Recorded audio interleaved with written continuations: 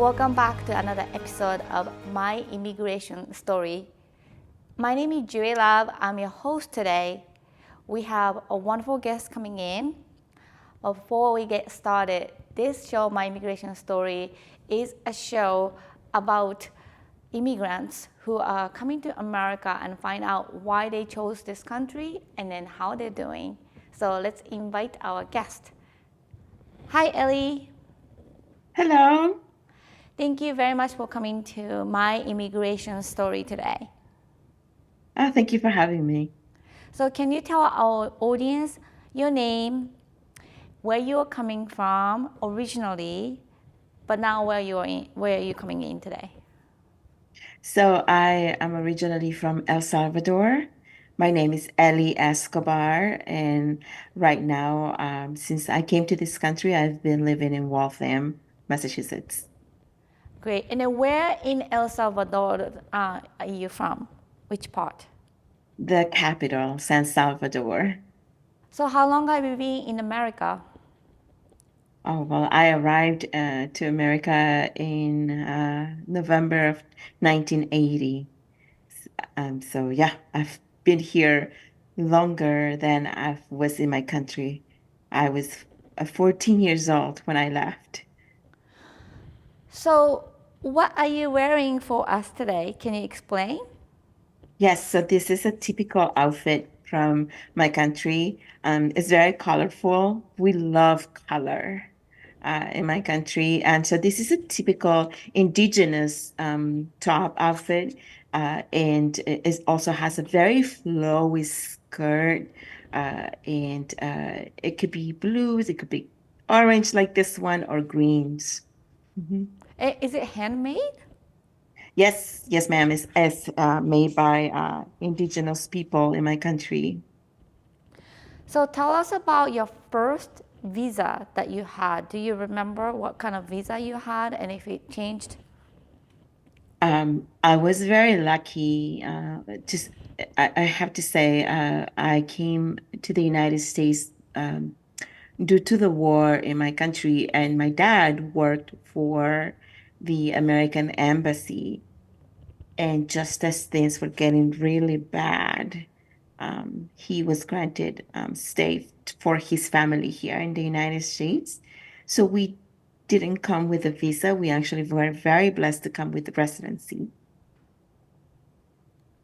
Wow. So what was the war? Do you remember Yes, still? of course. It wasn't until I was 11 years old that it all makes sense. Before that, I was just a child enjoying childhood. But once I turned 11, I started to understand that there was something wrong going on in my country. And I think at that time is when I started seeing dead bodies on the street as I was going to school or in the back of my parents' car. And they tried as hard to avoid me from looking, but when you're a child, you're curious and you want to see. So it wasn't at that time when I started realizing there was some kind of trouble with the country, and yeah, it was very scary because the soldiers in my country at that time were basically just killing people if you supported the other side of like the rebels. And girls my age were being kidnapped by soldiers, raped and killed and thrown in a ditch. And I think that's why my parents sent me here at that time, because they wanted to save me from that. Well, that is very crazy to hear because obviously we here in America, kids don't have to see a dead body on the street, and then kids don't have to flee their country because of the safety issue. Do you Mhm. remember growing up, maybe some of the fun memory from El Salvador before the war broke out? Like, what is it like? If people never visited El Salvador, I've never visited. Like, is there any traditional food? Is there any dance cultural thing that you remember? Yes, of course. Before all hell broke loose in my country, there was this sense of, there's always been sense of community. I had my friends. I was just like any other child. We played outside a lot. We played baseball and soccer and hide and seek and, tag. And we even played. That we used to have this game where we will dress up really nice, the girls, and we pretended to be Miss Universe pageant. Um, or we will go and pretend that we were winning an award, like an Oscar or a Golden Glove. And it's just childhood. We used to pretend that we were in the kitchen cooking with plants that we find on the street, or so it was really great. My childhood was really great in my country. I enjoyed it. I have no complaints. And one of our favorite meals, which is a staple in our country, is called pupusas. And pupusas are made out of corn, and they're like a tortilla, but not like the tortilla chips that you think of, but like real tortillas that you kind of like turn into a little pizza, and then you can put beans or pork meat or cheese, and you eat with coleslaw. But it's not the coleslaw that you eat with fish and chips, but the kind that has vinegar in it.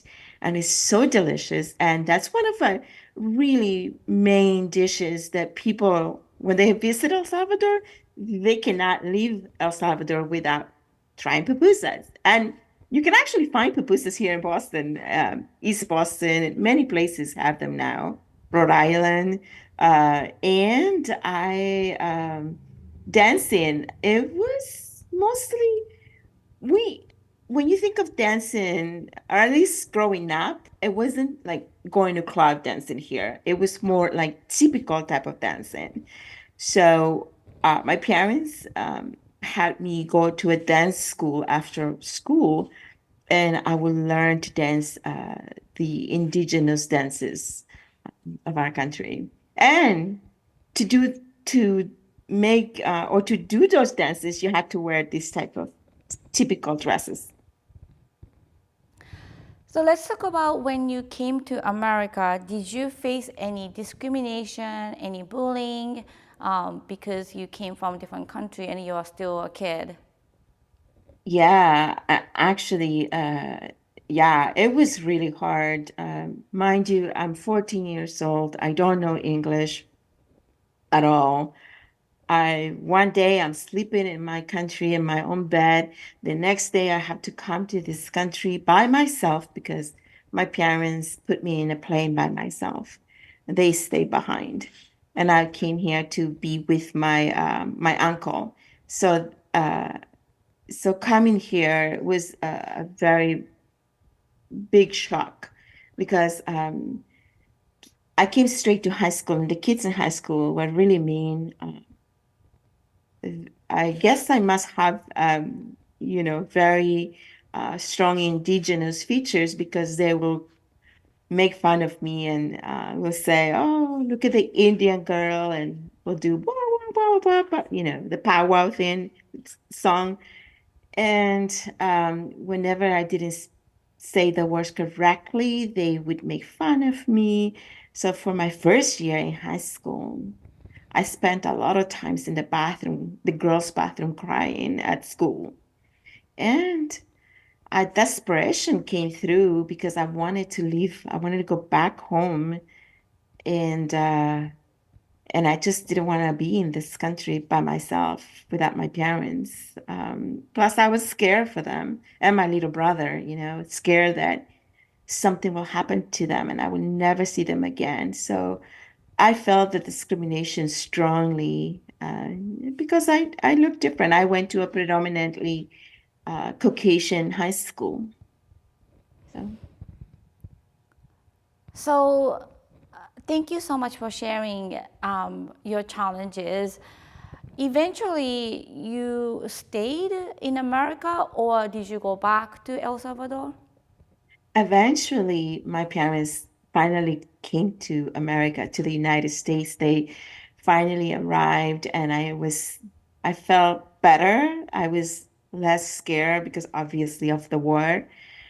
Once my parents came, I felt that everything was gonna be okay. So no, we did not go back to our country after we came. We stayed here. We rented an apartment.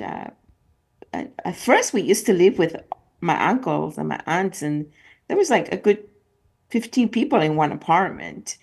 And we collected things from the street, something that I never done in my country.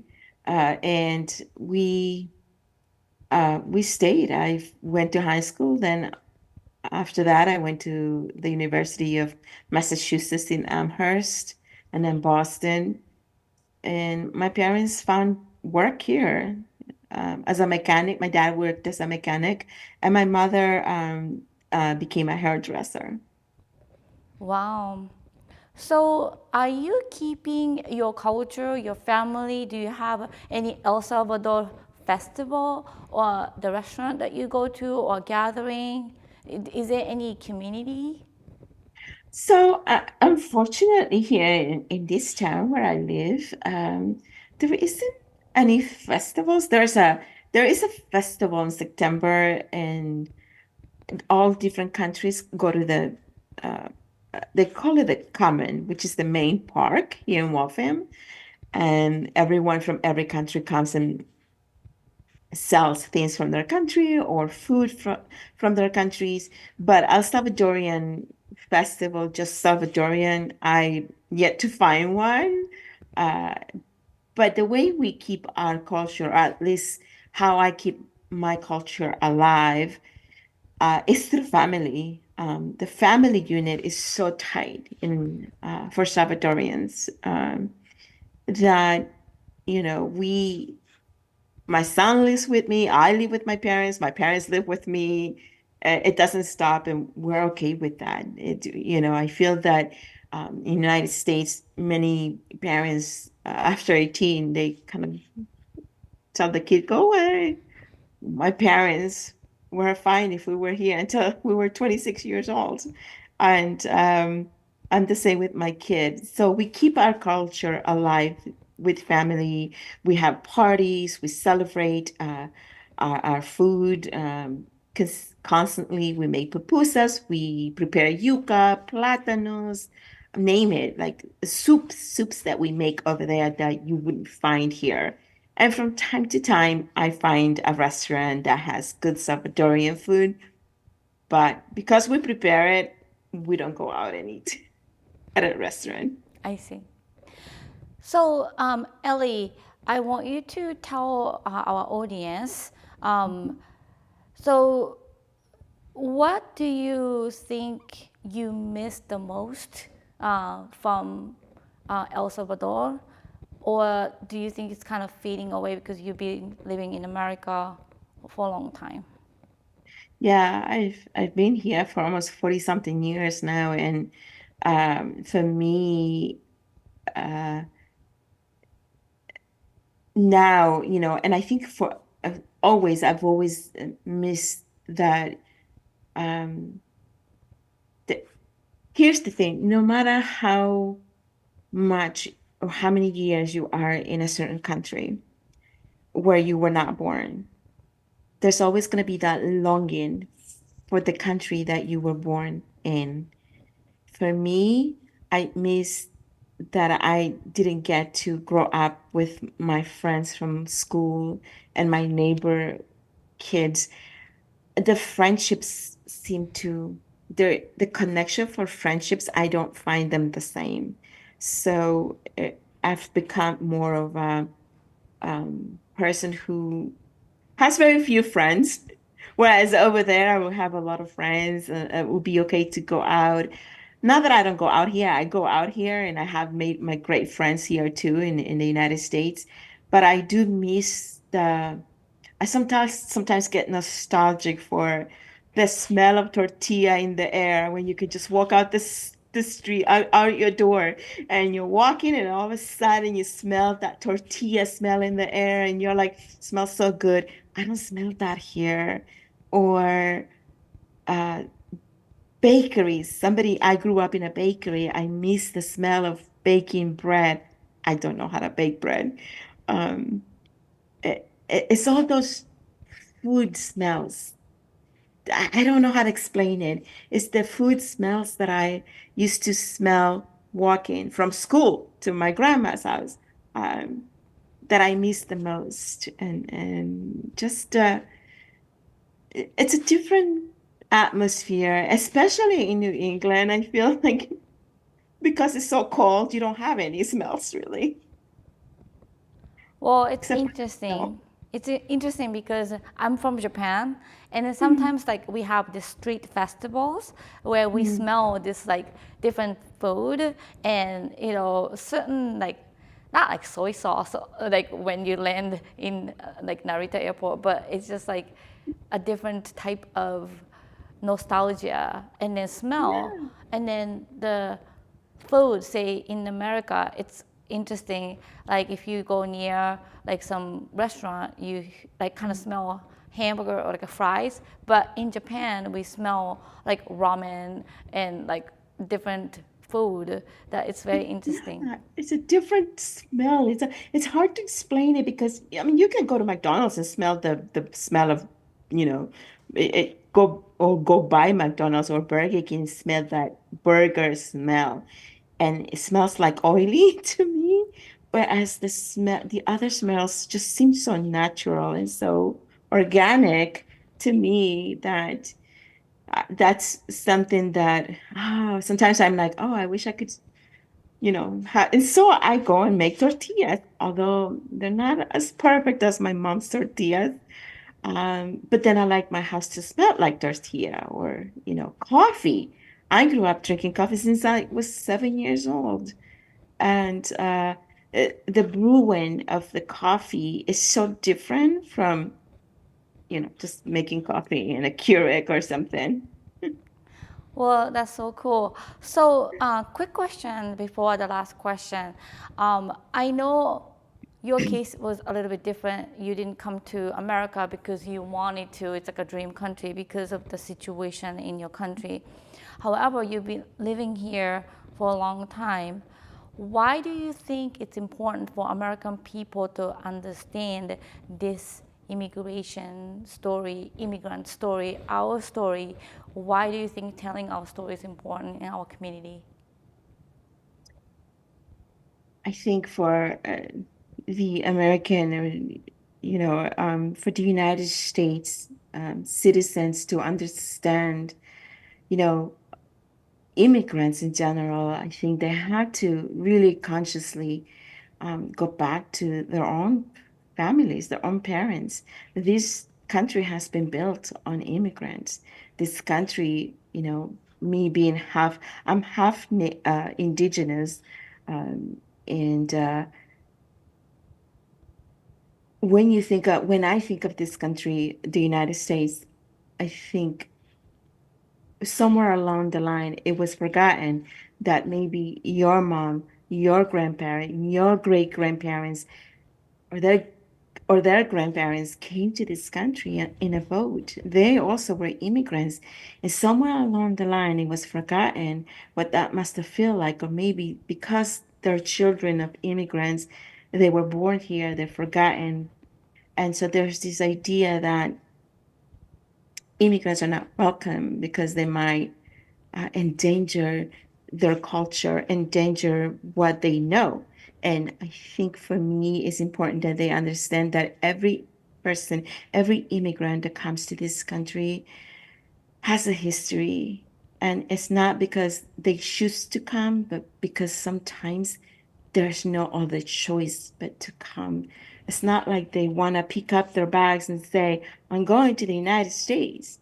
Um, Sometimes you have to pick up the bag because your life is in danger. Your kids' life is in danger.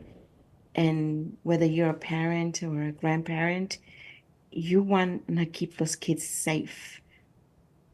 And a lot of these immigrants come from bad situations in their countries. And we need to understand, or it would be nice, I can't tell anyone what to do, but it would be nice if they have more compassion for these people.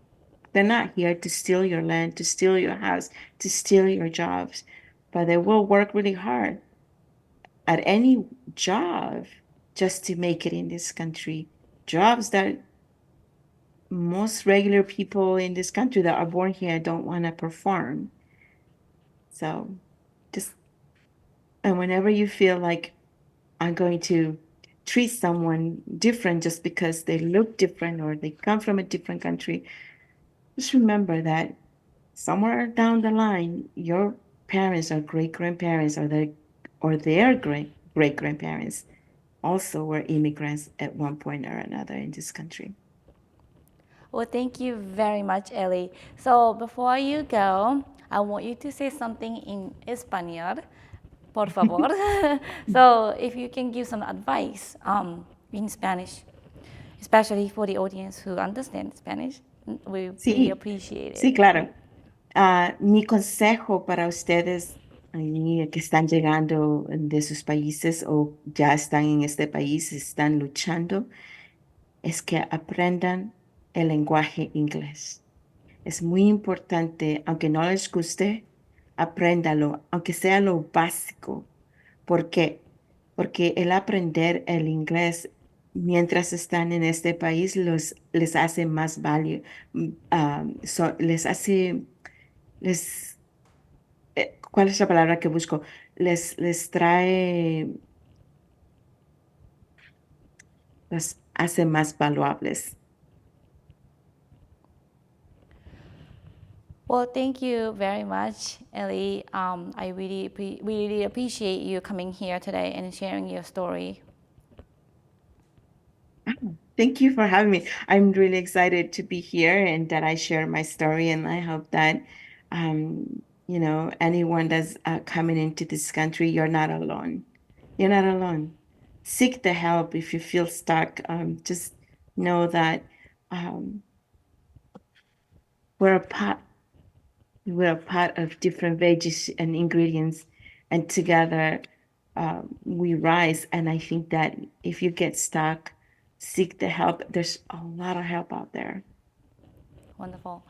Well, thank you very much, everyone, for watching my immigration story. My name is Julie Love. I'm your host. Our website is fcatv.org, and you can watch my immigration story episodes by visiting Video on Demand and click on Studio Shows. And I want to shout out to our youth crew, especially Adam Taj, who's the producer, and Ryan Field and Ross and Rajvia, who are in control room too, that we are very proud of this production. And thank you again for watching my immigration story. See you next time.